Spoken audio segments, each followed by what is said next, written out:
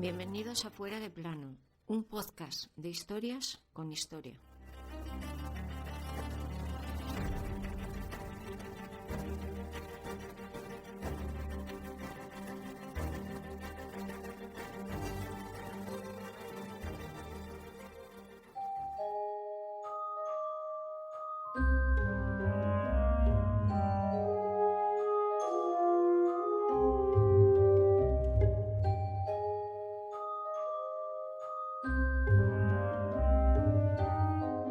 ¿Qué me diríais si os dijera que un 9 de septiembre de 1698 el demonio en persona, o en espíritu, habló por boca de unas monjas para decir que el último rey de los Austrias en España estaba maldito? Pues eso fue lo que ocurrió con el llamado demonio de Cangas y Carlos II el hechizado. Hoy os contamos esta demoníaca historia.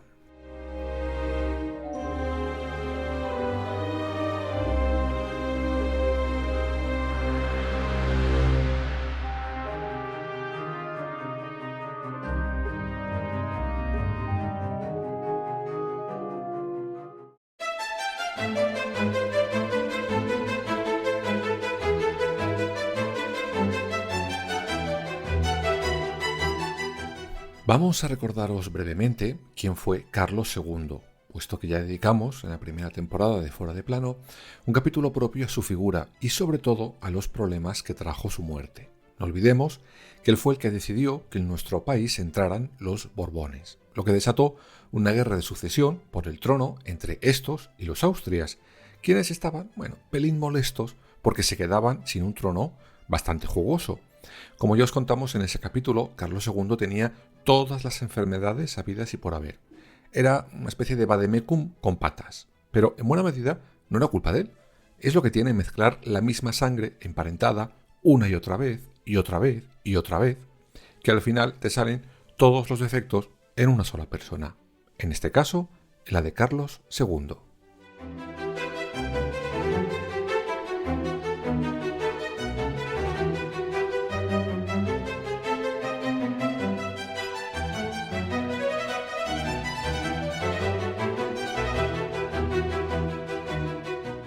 Por todo esto, era más que evidente que Carlos II era incapaz de engendrar un heredero, ni nada que se le pareciera. De hecho, recordad que varios espías europeos llegarán a robar la ropa interior del rey español para, como si fueran una especie de CSI de aquel siglo, comprobar si al menos tenía semillitas, digámoslo así. Eso sí, el rey, además de sus enfermedades, sí que le gustaban los asuntos de cama, pero le gustaban más los asuntos religiosos. Dicen que nada más terminar de mantener relaciones sexuales, corría a confesarse por sentirse sucio e impuro. Primero se casó con María Luisa de Orleans, pero nada, ni heredero ni perrito que les ladrara. Cuando ésta fallece, el Consejo Real ordena al rey que se case de nuevo. La elegida será Mariana de Neoburgo. Esta chocó desde un primer momento con otra Mariana, la de Austria, a la sazón madre de Carlos II. Ambas querían mangonear al rey y, por tanto, a la corona. La nueva esposa del rey incluso llegó a fingir embarazos terminados en aborto para hacer valer su posición frente a la de su suegra. En concreto, lo hizo hasta en 12 ocasiones. Y claro, mientras Carlos II a verlas venir. Todo hasta la muerte de Mariana de Austria. En ese momento, Mariana de Neoburgo se vio liberada para afianzar su poder.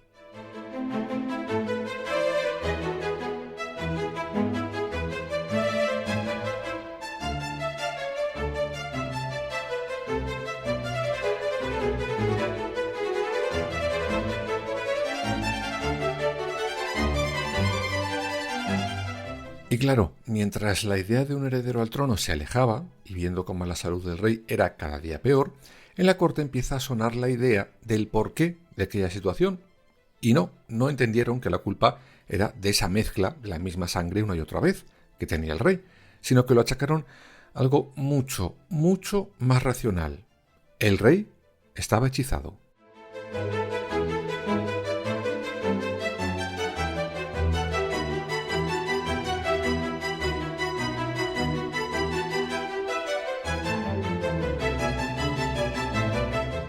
Esta idea diabólica llegó incluso al Consejo de la Santa Inquisición, pero ese expediente lo tuvieron que cerrar por algo más que evidente. Ni siquiera para ellos, que les valía cualquier cosa para dar crédito a sus asuntos, había prueba alguna que validara aquella loca idea del encantamiento diabólico de Carlos II. Sin embargo, esto llegó a los oídos del rey, y como os he dicho antes, Carlos II le gustaba la cama, pero mucho más los temas religiosos. Así que 2 más 2 salieron 4.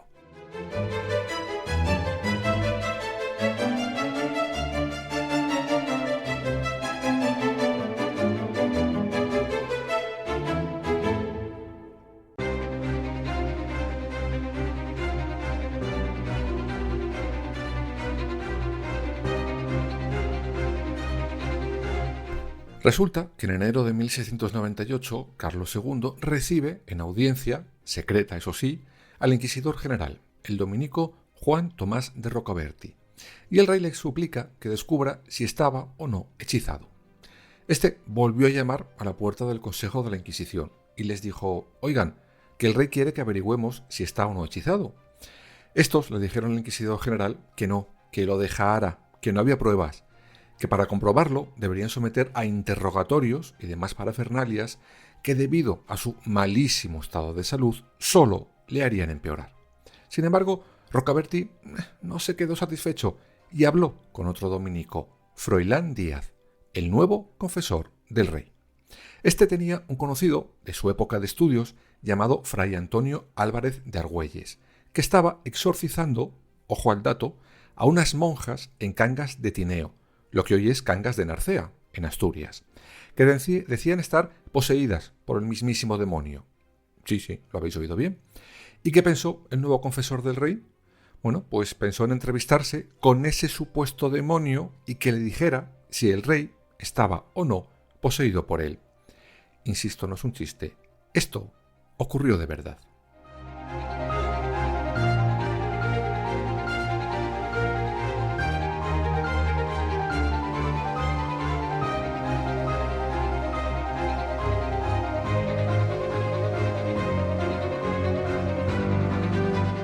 Pero para que el confesor del rey pudiera sonsacar al demonio de Cangas, éste tenía que pedir permiso al jefe de la iglesia de la zona, es decir, al obispo de Oviedo. Este, cuando le llegan con la petición, le dice al confesor real que tururú, que se deje de pamplinas. Textualmente le dijeron, abro comillas, en el rey no había más hechizo que su decaimiento de corazón y una entrega excesiva de voluntad a la reina. Y solo recomendó oraciones. Aún así, ni el inquisidor ni el confesor se quedaron satisfechos con esa nueva negativa. Por eso, en junio de ese mismo 1698, el inquisidor ordenó al fraile, que estaba exorcizando a las monjas, que invocara al demonio, que tenía que hacerle un par de preguntitas. Esto, como entenderéis, era saltarse no solo la negativa del obispo de la zona, sino las órdenes directas de la propia Inquisición. Además de una ley propia que decía que los sacerdotes, frailes y demás tenían terminantemente prohibido interrogar al demonio de manera ligera. Es decir, si le salía por la boca a las monjas, vale, pero nada de ir de exprofeso a buscarle a él. Pero yo ni caso. Y por fin, el 9 de septiembre, el demonio de Cangas habló. Vaya si habló.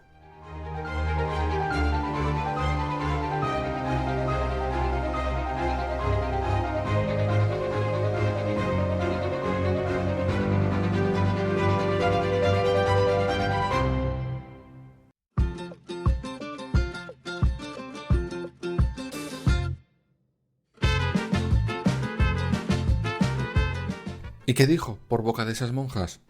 Pues que sí, que el rey estaba totalmente hechizado, además por partida doble. Le habían hecho conjuros, primero para no poder engendrar y además para no poder gobernar. Incluso dio más detalles. Ese conjuro se le habían hecho cuando tenía 14 años. ¿Pero por qué a esa edad? Pues porque a partir de entonces era mayor de edad y ya podría gobernar en solitario. Y no, tranquilos, que el demonio de Cangas estaba parlanchín y dio más detalles. ¿Cómo se le había practicado aquella maldición? Pues con un chocolate en el que habían disuelto los sesos de un hombre muerto con el objetivo de quitarle la salud y los testículos para impedir que engendrara. Además dijo que los efectos de esta maldición no eran siempre los mismos, sino que, digamos, se iban renovando cada luna nueva. ¿Pero quién había sido el culpable de aquella maldición? Pues la propia madre del rey, Mariana de Austria.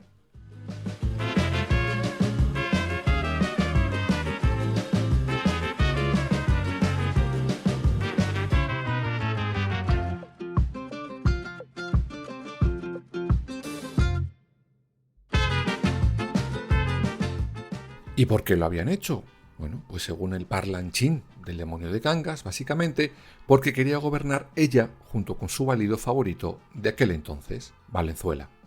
Ambos, se supone, habían permitido que un brebaje que había diseñado y fabricado una señora, cuyo nombre era Casilda, residente en Madrid y dedicada a sus labores demoníacas, insisto una vez más, todo esto lo dijo el demonio de Cangas por boca de unas monjas asturianas y ocurrió tal cual. No es ningún chiste.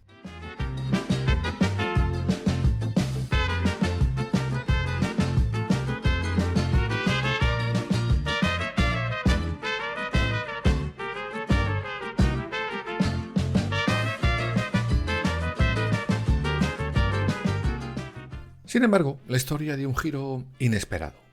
Resulta que el 28 de noviembre de 1698, el inquisidor general recibe una carta del fraile de Cangas.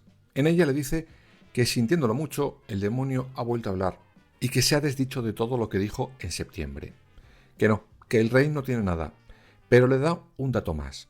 Le dice que le ha prometido decir esta vez toda, pero todita la verdad, si llevan a las monjas a la madrileña Basílica de Atocha. Esto, como imaginaréis, era algo imposible de cumplir así de primeras. Básicamente porque todo este circo de demonio y las monjas se había hecho a espaldas de la propia Santa Inquisición. Y claro, una cosa era hacerlo en un pueblo de Asturias y otra en plena capital del reino. Además, por si fuéramos pocos, parió la abuela, y en junio de 1696 el inquisidor Rocabertí pasa en una a mejor vida.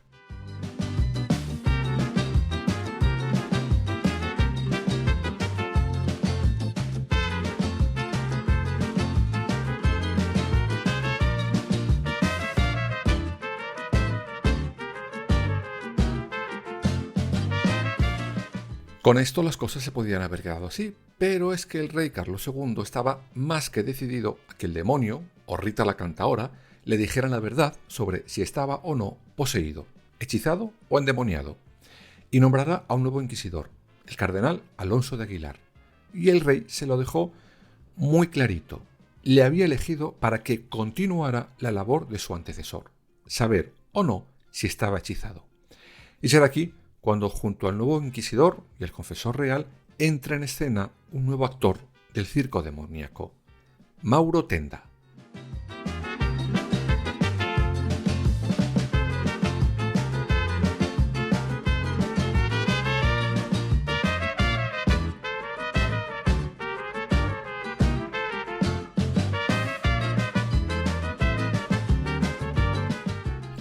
Este era un capuchino saboyano, famoso exorcista de la época. Pero, ¿qué hacía en Madrid? Pues resulta que en la corte de Italia, 3 años antes, es decir, en 1696, una señora, supuestamente endemoniada, le había dicho en su exorcismo que Carlos II también lo estaba y que él debía liberarlo. Y oye, con las mismas hizo su equipaje y se plantó en Madrid.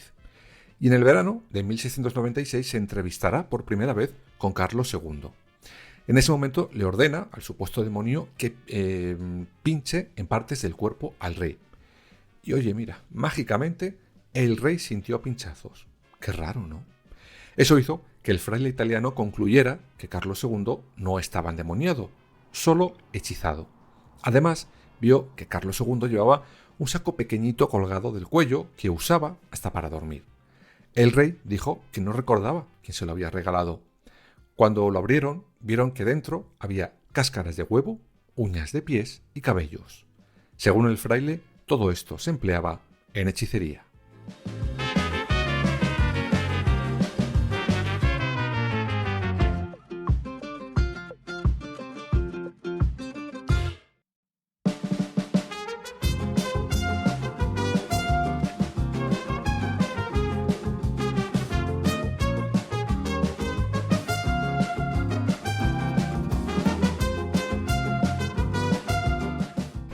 Pero por si esto fuera poco, las cosas volvieron a dar un pequeño giro. 3 meses después de aquello, el demonio habló de nuevo en Madrid. Lo hizo a través de otra poseída.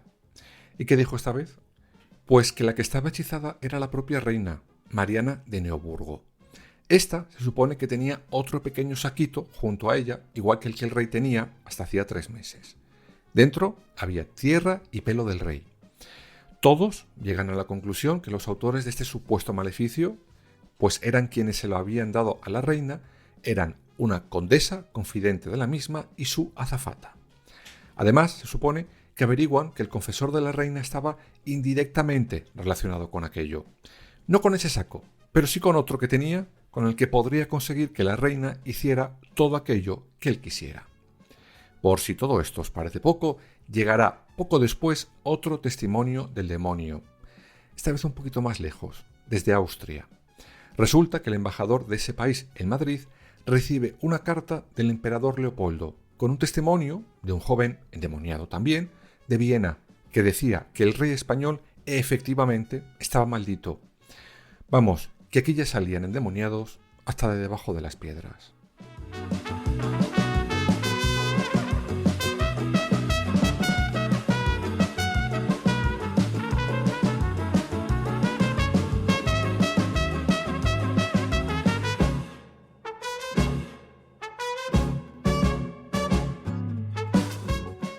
Con todo esto, el fraile asturiano se fue a ver de nuevo a la Santa Inquisición para que investigara todos esos datos. Y estos, ante estas supuestas evidencias, empiezan a hacer ciertos rituales, como mandaban sus propias leyes. Sin embargo, la reina estaba que fumaba en pipa. ¿Por qué? Pues porque en el fondo estaban poniendo en tela de juicio a personas muy afines a ella, e incluso podrían llegar a ponerla en tela de juicio a ella misma. Y Mariana de Neoburgo paró aquello justo cuando el inquisidor Aguilar pasa a mejor vida. En ese momento coloca en ese puesto a alguien de su máxima confianza, Baltasar de Mendoza, obispo de Segovia. Él fue delante de la Santa Inquisición y por petición de la reina pondrá fin a todo aquel circo. Mandó arrestar a Fray Froilán, el invocador del demonio de Cangas, y mandará expulsar del país a Fray Tenda, el italiano. Finalmente, como ya sabéis, el 1 de noviembre de 1700, hechizado o no, Carlos II pasó a mejor vida.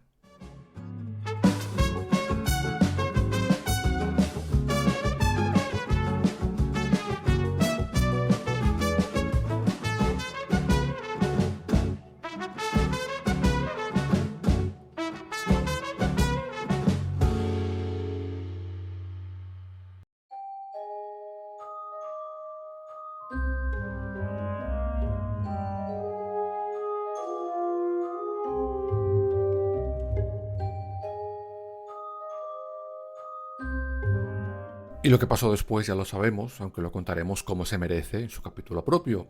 Los Austrias y los Borbones a leche limpia en la guerra de sucesión por el trono de España, que terminará, eso sí, por asentar en el trono a Felipe IV, el mismo que se creía una rana.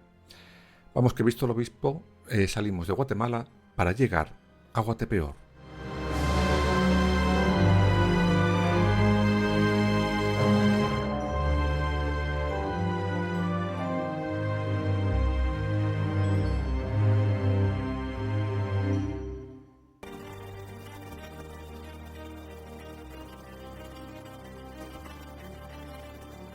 Escúchanos en las principales plataformas digitales y ahora también en nuestra página web www.fueradeplanopodcast.es y síguenos en todas las redes sociales, Twitter, Instagram, Facebook y Threads.